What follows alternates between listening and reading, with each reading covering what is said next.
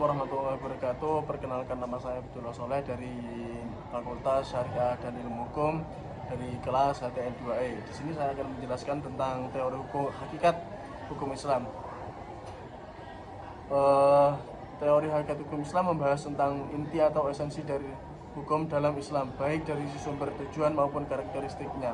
Berikut ini beberapa teori penting mengenai hakikat hukum Islam. Yang pertama, teori teonom berasal dari timur, berasal dari Tuhan. Hukum Islam bersumber dari Allah melalui wahyu Al-Quran dan Sunnah. Dalam teori ini, Allah adalah pembuat hukum tertinggi, Al-Hakim. Manusia hanya sebagai penerima atau perantara dan pelaksana hukum. Hukum Islam tidak bisa dipisahkan dari nilai-nilai keimanan dan ibadah.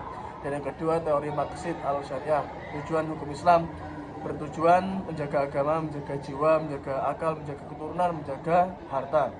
Dan yang intinya, hukum Islam bertujuan menciptakan kemaslahatan, kebaikan, dan menghindari kerusakan mafsadat. Dan yang ketiga, teori ijtihad, dinamika, dan rasionalitas.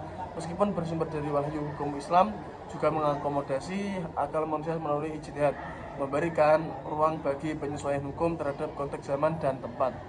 Digunakan dalam hal yang tidak memiliki nas teks eksplisit dalam Al-Quran dan hadis. Dan yang keempat, teori syumul, universal atau menyeluruh. Ibadah, muamalah, sosial ekonomi, jinayah pidana, siasat politik, dan akhlak bersifat komprehensif dan tidak hanya mengatur hubungan manusia dengan Tuhan, tetapi juga dengan sesama dalam alam.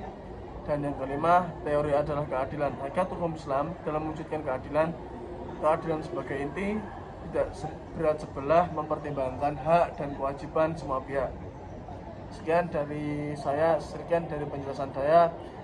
Apa ada kurang lebihnya, mohon maaf. Assalamualaikum warahmatullahi wabarakatuh.